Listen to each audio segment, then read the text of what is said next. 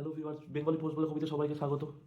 সত্যি অবিশ্বাস্য অবিশ্বাস্য অবিশ্বাস্য, ভারতীয় ফুটবল এরকম পর্যায়ে যেতে পারে কেউ ভাবতে পারেনি বা কেউ আশা করতে পারেনি।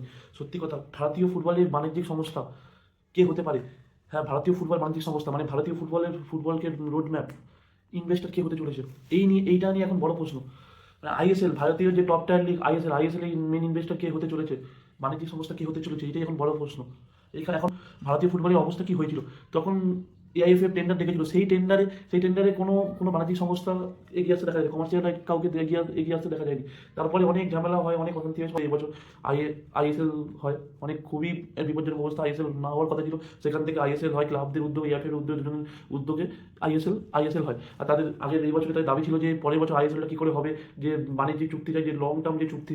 আর সত্যি কথা, সেই রাইডের টেন্ডারে এখনো অব্দি দুটো কোম্পানির নাম উঠে গেছে, বাণিজ্যিক সংস্থা নাম উঠেছে। একজন হচ্ছে জিনিয়াস স্পোর্টস, সেটা হচ্ছে ইংল্যান্ডের সব থেকে বড় একটা সংস্থা, ডেটা অ্যানালিসিস করে তারা, ডেটা অ্যানালিসিস সংস্থা জিনিয়াস। এবার আইএসএল এর জন্য কে হতে পারে সম্ভাব্য, এটাই এখন দেখার বিষয়। এখন অবধি জিনিয়াস স্পোর্টস এই বিষয়টা এগিয়ে আছে, কারণ জিনিয়াস স্পোর্টস 20 বছরে 2120 কোটি টাকা দেবে, তারা টেন্ডারে বিড জমা দিয়েছে। আর সেখানে ফ্যান কোড প্রত্যেক বছরে 35 থেকে 36 কোটি টাকা।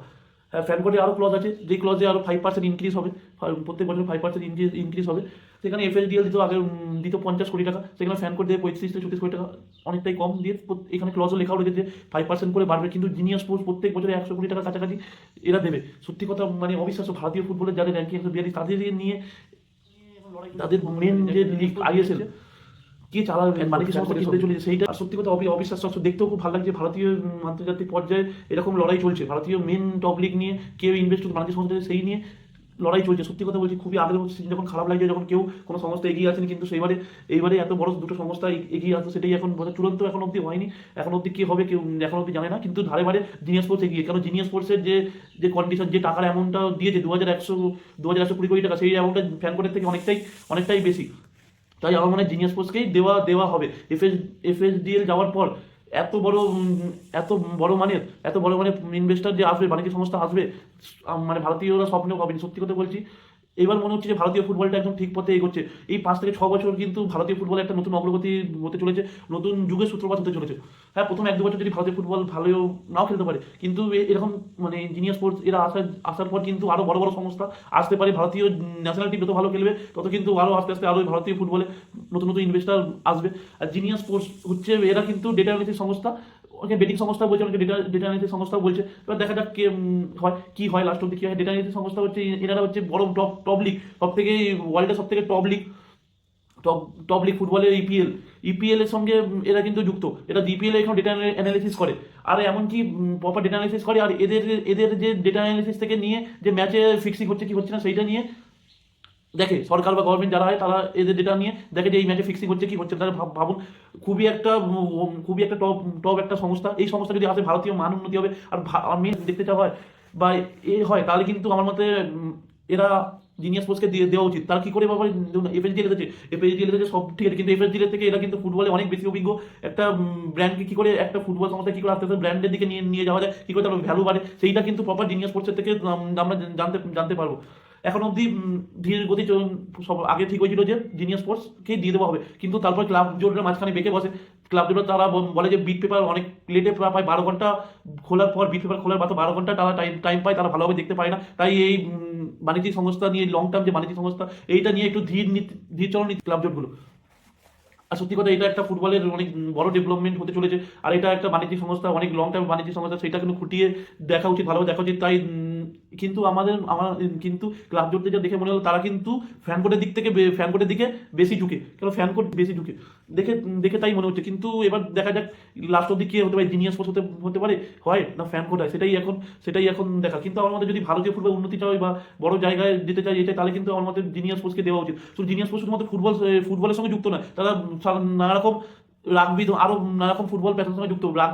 রাগবি ধরুন, হকি, সব রকমের যত আন্তর্জাতিক বড় বড় যে স্পোর্টস আছে, সেই সবার সঙ্গে কিন্তু জিনিয়াস স্পোর্টস যুক্ত। এবার দেখা যাক ফাইনালি কি হয়।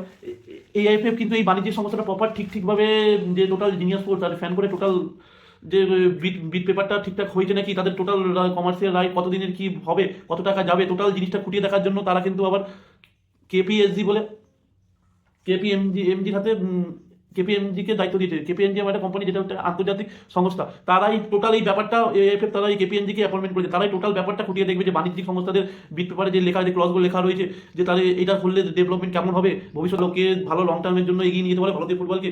এর জন্য কিন্তু এএফএফ কিন্তু খুবই কেপিএনজিকে দায়িত্ব দিয়েছে। কেপিএনজি কিন্তু একটা বড় আন্তর্জাতিক সংস্থা, টোটাল এই ব্যাপারটাই খুঁটিয়ে দেখবে, সঙ্গে ক্লাব জোটগুলোকে এর মধ্যে ইনভলভ করবে। তাহলে প্রপার ক্লিয়ারেন্স হবে। আর প্রপার্টি ক্লিয়ারেন্স ঠিকঠাকভাবে যে এগোচ্ছে কিনা বাণিজ্যিক সংস্থা এ নিয়ে আগে কিন্তু অনেক প্রবলেম হয়েছিল, তাই এই প্রপার যেন স্বচ্ছভাবে হয়, সব দিক মেনে হয়, সব নীতি নিয়ম মেনে হয়, তাই কেপিএনজিকে দায়িত্ব নিয়েছে। এইটা হচ্ছে প্যাকেজ 1। প্যাকেজ 1-এর জন্য জিনিয়াস স্পোর্টস আর হচ্ছে ফ্যান কোড বিট দিয়েছে। এইবার সেকেন্ড আইডাব্লিউএল 2, এবার আইডাব্লিউএল 2 এর জন্য ক্যাপ্রি গ্রুপ বিট করেছে। তারা 15 বছর দেবে, মানে প্রত্যেক বছরে নিয়ার 10 কোটি টাকা করে।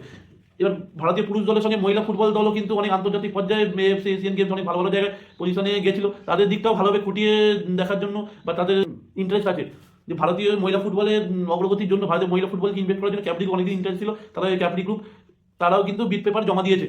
এই ক্যাপ্রি গ্রুপটা কারা? ক্যাপ্রি গ্রুপটা হচ্ছে তারা হচ্ছে ওই কবাডি লিগে অংশীদারও রয়েছে, যেমন সার্জা ওয়ারিয়ার্স ইন্টারন্যাশনাল যে কবাডি যে সার্জা ওয়ারিয়ার্সের তারা কিন্তু অংশীদার রয়েছে, এমনকি বেঙ্গল ওয়ারিয়ার্স তাদেরও কিন্তু অংশীদার রয়েছে ক্যাপ্রি গ্রুপ।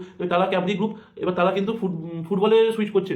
হ্যাঁ, ভারতের মহিলা দল আইডাব্লিউএল 2 মানে প্যাকেজ 2 এর জন্য তারা বিট পেপার জমা দিয়ে তারা 20 বছরে 150 কোটি টাকা দেবে। খুবই একটা ভালো দিক। এবার মনে হচ্ছে ভারতীয় ফুটবল আস্তে আস্তে ভালো দিকে যাবে। আর এই নিয়ে খুবই সুন্দর লড়াই চলাটা দেখেও কিন্তু ভালো লাগছে। এবার দেখা যাক ফাইনালি কে এগোয় বা কে যেতে। এবার দেখুন, আমি যদি বলি ফ্যান কোডের যে ক্লজটা দিয়েছে, ফ্যান কোডের ক্লজটাও খারাপ নয়। ফ্যান কোড প্রত্যেক বছরে 35 থেকে 36 কোটি টাকা দেবে, আর দেবে দিয়ে তারা গ্রাসফুল ডেভেলপমেন্ট জিনিস ব্যাপারটাও দেখবে।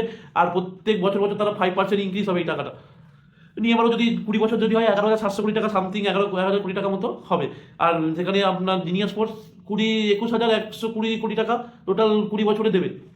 এবার দেখা যাক কার হাতে ফাইনালি যায়, জিনিয়াস স্পোর্টসের হাতে যায় না না ফ্যান কোডের হাতে যায়। সবাই সেই বলছে কুর্সি থোড়া বাদ দিয়ে মৌসুম বিজ্ঞানের বেলায় সত্যি ভারতীয় ফুটবল নতুন অধ্যায় শুরু হতে চলেছে। ভারতীয় ফুটবল কিন্তু নতুন অধ্যায় পা রাখতে চলেছে। আর সত্যি অনেক একটা সময় খুবই খারাপ লাগছিল, ভারতীয় ফুটবলে খুব তলানিতে চলে গেছিল, ভারতীয় ফুটবলের মান উন্নতি মানে নেমে যাচ্ছিল আস্তে।